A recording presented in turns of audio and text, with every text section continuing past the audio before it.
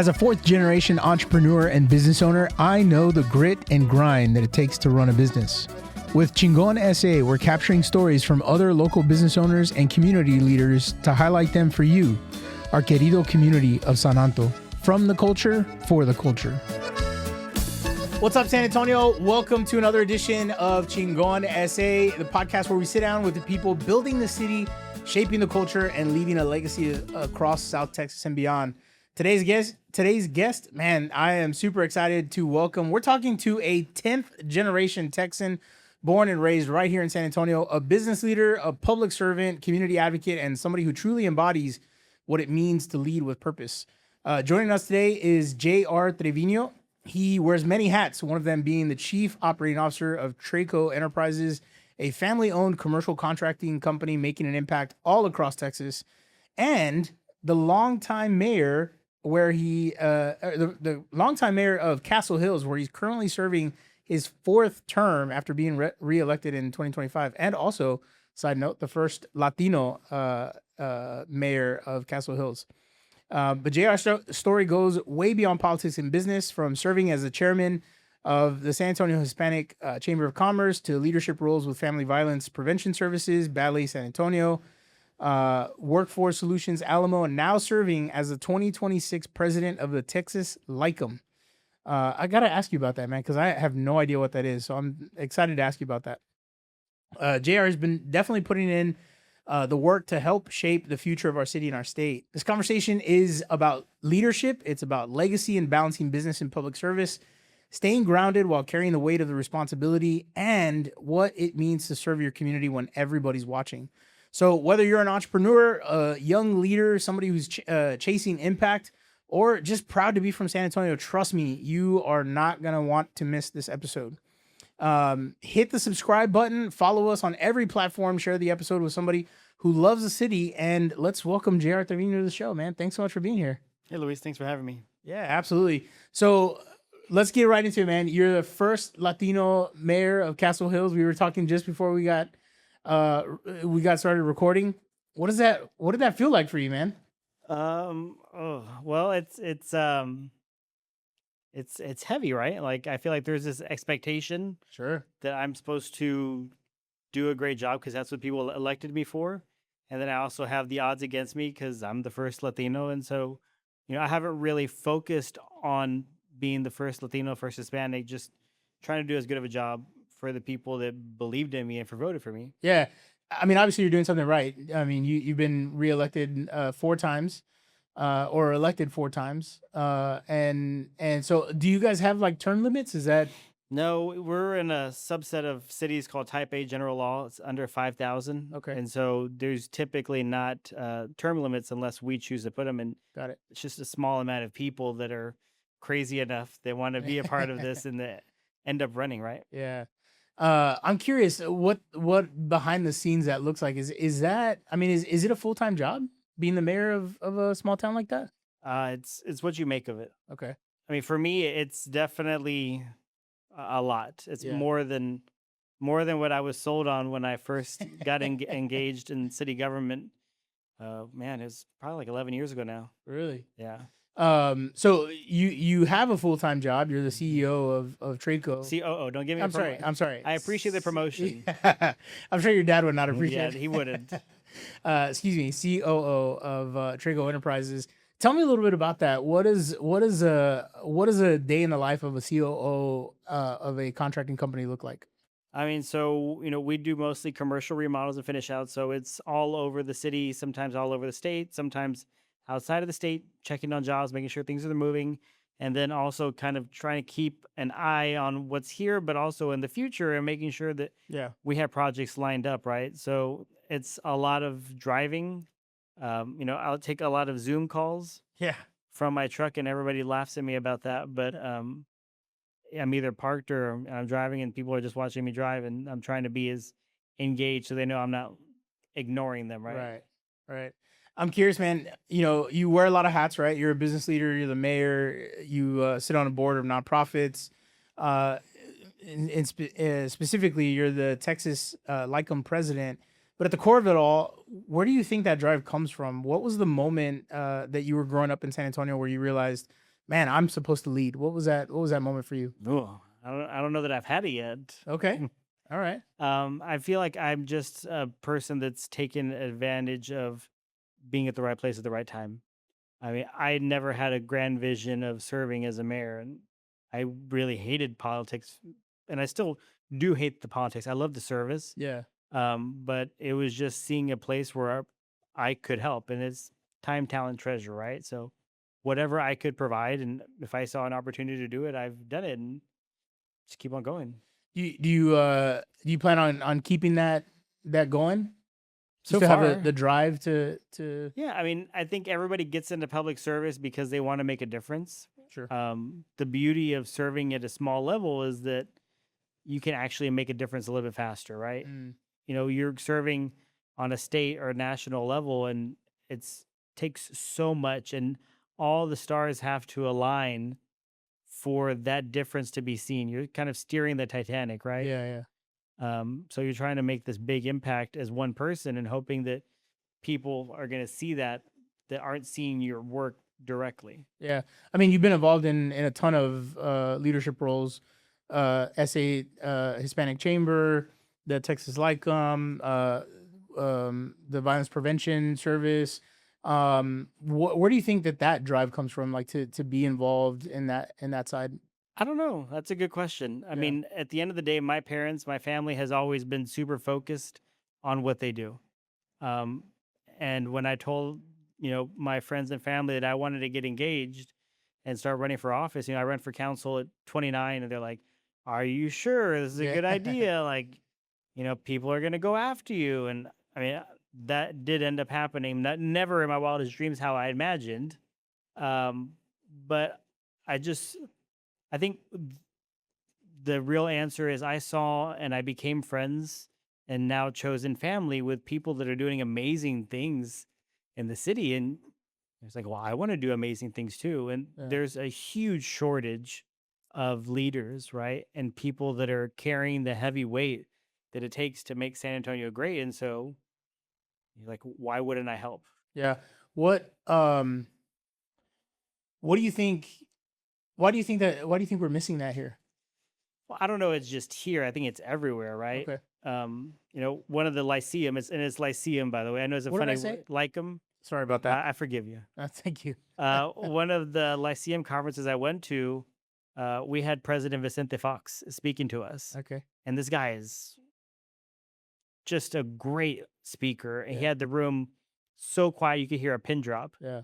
And he goes, America's the best country in the world, right? And he's like, how is it that the two candidates you have on the left and the right are 80-year-old people? It's like, where are the young people Yeah. that are supposed to be taking over for the next generation? And so, I mean, irrespective of where you think about left or right, just there's always a shortage for more people. And I think post-COVID has gotten even crazier. I think people have less appreciation for some of the people in public service, Yeah. and things got a little bit more real. And when life looks so delicate, do you really want to waste your time or perceive to waste your time doing a job that people aren't going to appreciate you? Yeah. That's interesting. I mean, I think, certainly after COVID, there was, I mean, there was, I think people were so emboldened in their opinions that I think it made it harder for people to want to get involved, I think. And the toxicity and Yeah. political Yeah. violence. I mean, all of that is, from what I've read, is an all-time high. Yeah. And so historically, these jobs do not pay, or they don't pay well. Yeah. And so it's like, I'm not going to make money. People are going to complain to me. I'm never going to make everybody happy. Yeah. It's like, I'm going to go do something else. Yeah. Interesting. And that's one thing that I've never understood about politics, because I think a lot of people get into it for the right reasons, right? Sure.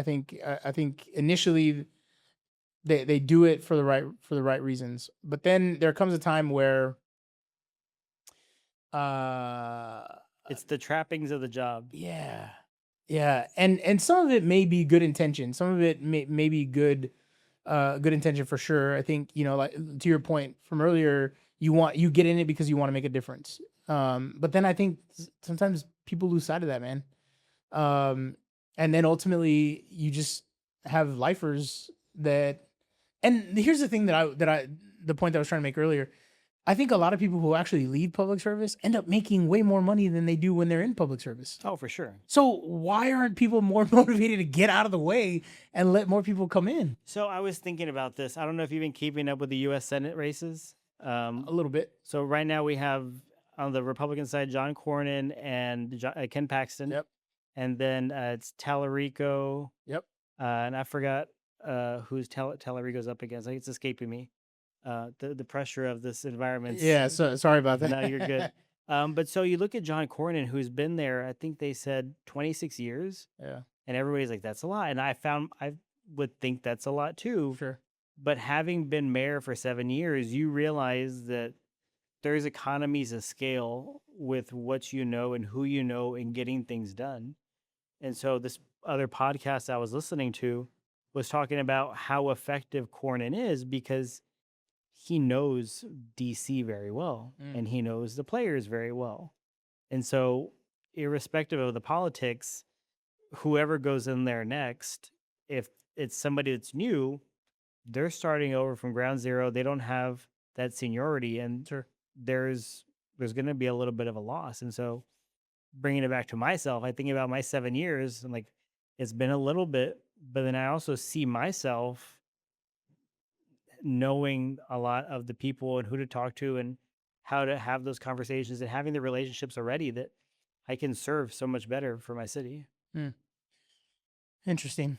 I can see that, but I mean, I think there's something to be said also about like somebody coming in with fresh eyes, right? Like, so you see a problem, and the same person's been trying to attack and solve this problem for years. And then you have somebody, with fresh eyes that comes in, maybe fresh ideas. I mean, something has got to be said about the opportunity that's missed when we don't get fresh eyes on it. Well, I think it's the balance, right? Like, Sure. you want to have the fresh eyes, but then you also got to have some people that know how to get things done. I think you said something right there that's key, though, the balance piece of it, right? And that's the thing that I think that we're missing so much is that it's so much of a power play right and left, and there is no one that is really willing to work with the other side for fear of that political attack that they're going to get either from their own party or from their constituents, and there's so much divide as a result of that. It's hyper-partisan. Yeah, man, that's tough. How do you navigate that? Well, you don't. I mean, that's where, and I say that tongue in cheek, but Yeah. in some of these conversations, you see that the right has to stick with the right and the left sticks to the left, and if you're a Democrat and that Austin, in Austin right now, it's hard to get things done. Yeah. Certainly this was not where I was going with this conversation, but I'm glad we got into it because I do like talking politics every once in a while, especially with someone like you who's only every once in a while, though, right? Only every once in a while. That's it. I'm curious though. A lot of people see all the titles that you got now, right? As CEO, mayor, chamber leader, but they don't see the grind behind it. So what were some of the hardest seasons personally or professionally where you questioned whether all of this responsibility was really worth it? Getting deep. Yeah, man. That's how we do it around here. I think my first year as mayor, 2019, was pretty challenging, and I had to kind of stop and ask myself, like I said, like I get paid zero of being mayor, by the way. It costs me money. Wow. So if I go take somebody to coffee or buy somebody lunch or take time away from my business, like, this, time is money. Yep. So my first year, we had a lot of craziness. And plus COVID came in there as well. Yeah. When did you so you were elected in 2018, came in 2019? I got elected in May of 2019. May of 2019, and then immediately became mayor, or did you didn't have any, there was no ramp up. So no, there's no ramp up. Oh, wow. Okay. And there's no playbook on how to be a good mayor, Sure. right? Fortunately, I had been on council before, so I had a little Okay. bit of an idea. Yeah. But yeah, that first year was rough. I mean, we had a bunch of lawsuits, federal lawsuits. Wow. And so I think part of me was like, this is What did I get myself why? into? Like, Yeah. why am I doing this? But then I was kind of grounded on the fact that I did it because I want to serve my community. I'm doing it because I obviously need to do it, right? Like, if not me, then who? Sure. And then by the fact that I've got to know these people in the city, and these are good people that want to serve their community, but they need to have good leadership Sure. and somebody that's going to, take the bullets for them so that they can focus on their job and not have to worry about the drama. Interesting. And you would think, or I mean, I would think maybe naively, I guess, there can't be that much drama in a city of 5,000 people. You would think. Tell me, give me the tea, man. Give me the tea. I mean, no, I kid. I guess I can put it to you this way. There was one lawsuit that started 2021, I think, and we just settled it last year. Oh my gosh. And it went all the way up to the United States Supreme Court. No way. Wow. So if you want to know what it is, go Google it because I'm sure you can find. Man, okay, so let's get to the business side of things, right? Because obviously, you're running a family-owned construction company while you're serving publicly. It has to create some kind of unique sort of pressure, right? How do you balance the ambition with accountability, especially when your last name and reputation are tied to everything that you do? It's hard. It kind of reminds me of a conversation I had with Henry Cisneros. I mean, so you see him and like you say I'm busy. I'd say Henry Cisneros and I'm like, he's really busy. And so and he's not even serving in public office anymore. no, maybe he has all kinds of ventures and all the philanthropic stuff that he does. And I asked him one time, I was like, Secretary, I call him Secretary. Secretary, how do you keep everything together? Yeah. And he kind of just laughed. He's like, who says that I do? And so, I mean, for me, it's kind of the same way. Like I think the compromise is that I have to give up some of the niceties in life. Like I don't watch TV. I don't watch. When would you have time to? Yeah. Yeah. I don't watch TV. I don't watch series. I don't watch movies. I mean, I don't want to say minute, but like every hour of my day is very deliberate. Yeah. And so if I'm doing something, it has to be worthwhile to make that investment of time for things that matter to me. Yeah, for sure. Do you have a family? I have a daughter. How old is your daughter? She's 2.5. Oh man, that's a sweet age to be at. I remember my kiddo had 2.5. That was a lot of fun. Very demanding. yeah. She doesn't care if I'm on the phone and I'm like, just whisper. And she doesn't have a chill yet. Yeah. I remember, right when COVID hit, everybody's working from home. I was like, yeah, I'll give this a try. Let me work from home. I remember vividly. It was the first day that I was at home working, and I was on a Zoom call with a client in my home office, and my son he was about to be 3 right around the time, and he runs to the door. He starts banging on the door. Dad, I need to poop right now. And the client that I had on the other line was like, hey man, we're all getting used to this. This is a whole new world for all of us. Go take care of whatever you need to take care of, and then we can come back and revisit this conversation. I was like, all right, thank you so much, I appreciate it. And then went over and took care of my son. But those are the moments that for me are just like so valuable, right? Like just being there. After that though, I was like, I can't work from home anymore. I got to go to the office. But I love like being around my son and balancing sometimes, to your point, balancing that and I can't even imagine someone like you who's got essentially 2 full-time jobs plus trying to be a parent to a kiddo at that age. It's a little tough. I had an interesting story kind of like yours.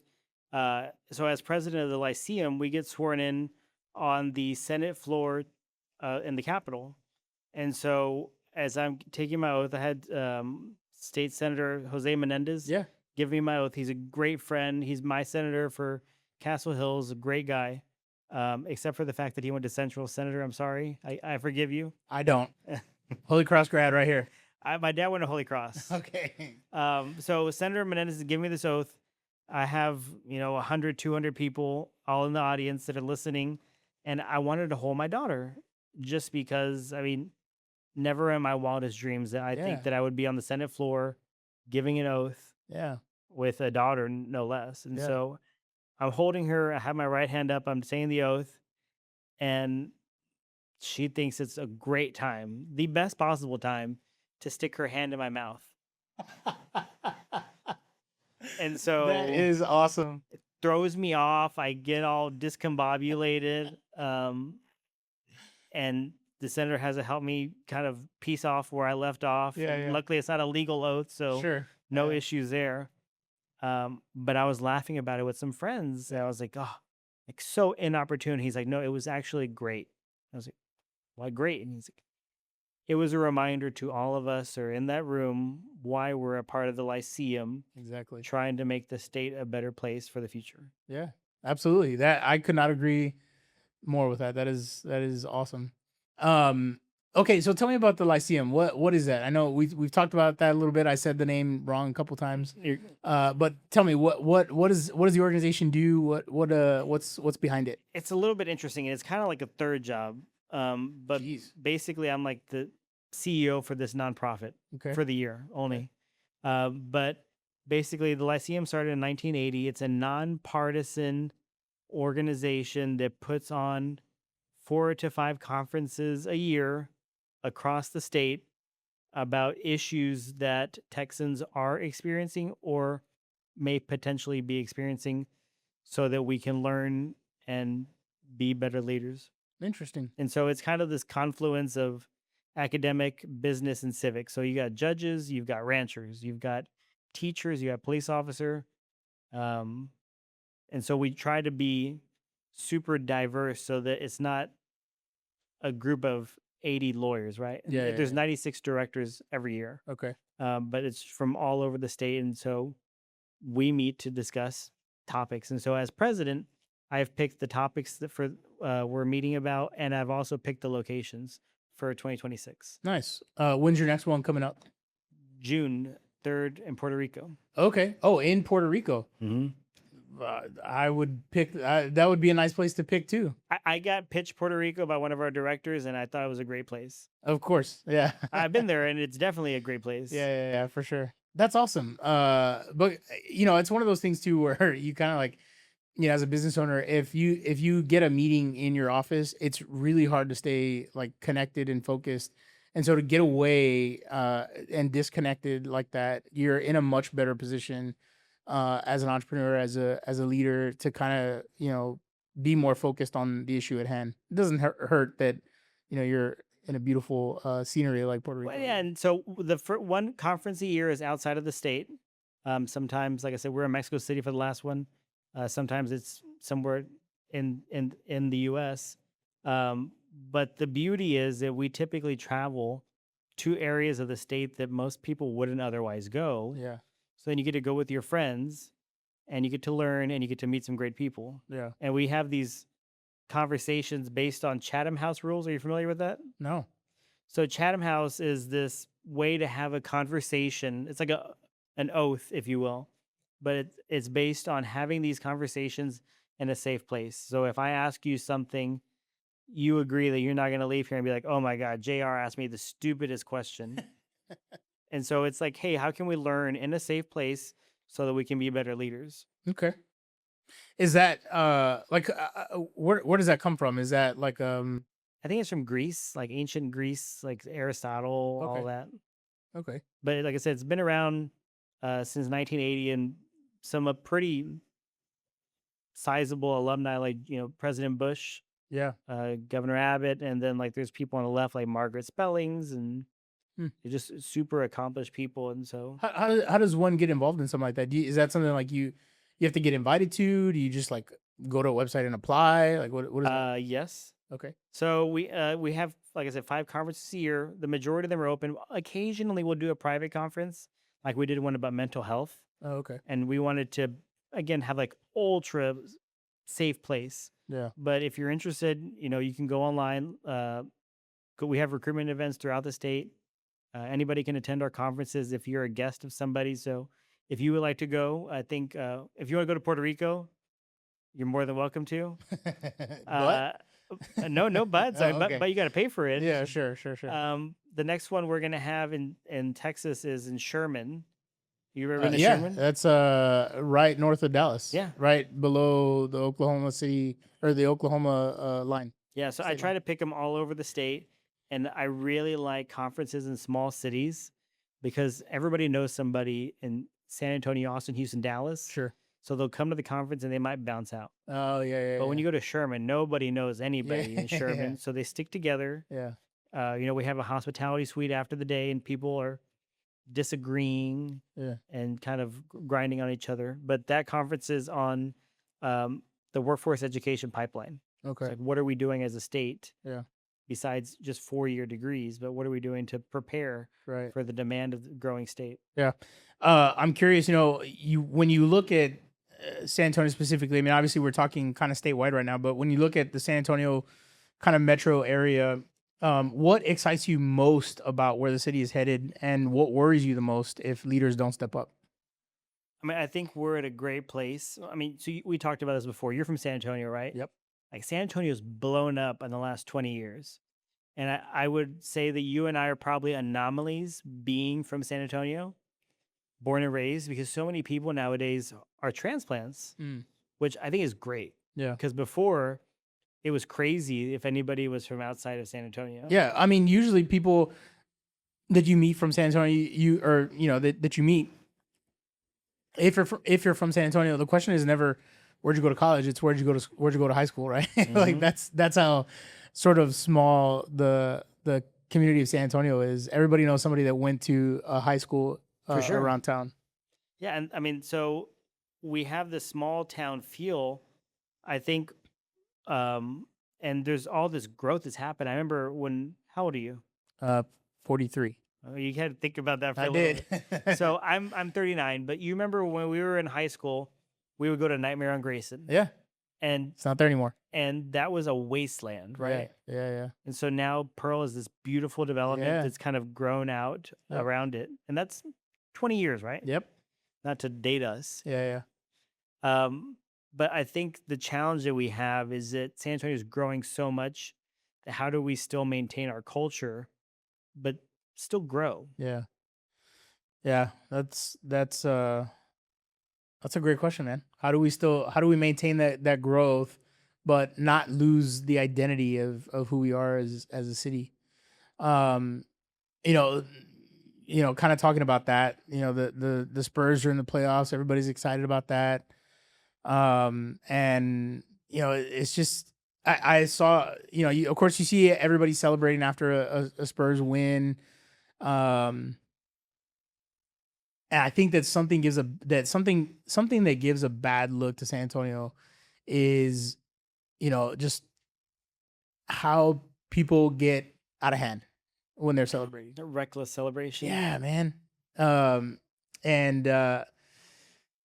we talk about leaders and entrepreneurs and things like that we need young people to step into those roles and make positive impacts, man, you can't be doing stuff like that on social media, man. No, for sure. But my hot take for the day.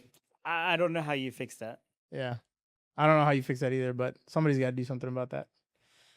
Man, Jared, thanks so much for coming on the show, man. This was a fun conversation. I enjoyed it. Thanks for having me. Absolutely. Big shout out to JR Trevino for coming through and keeping it real with us today. From business to leadership to even public service and legacy in the future of San Antonio and Texas. This episode was packed with great information from you, from JR. If you got any value from this conversation, please do us a favor, hit that like button, subscribe to the channel, leave us a review, and share this episode with somebody who needs to hear it. And make sure you follow Chingon SA on YouTube, Spotify, Apple Podcasts, and everywhere you stream your podcasts, so you never miss an episode. We're continuing to bring you real conversations with leaders, entrepreneurs, creators, and change makers shaping our city and beyond. Until next time, keep building, keep leading, and keep showing the world why San Antonio breeds chingones. We'll catch you guys on the next episode of Chingon SA. See you guys. This has been an LIS Studio and Serafina Digital production. Be sure to like and subscribe to the show on your favorite platform, and tell a friend about the show by sharing this episode on your Facebook and TikTok. If you're a business owner, entrepreneur, or someone doing really cool things in San Antonio and want to get your story on our show, email us at luis@lealinsurance.com.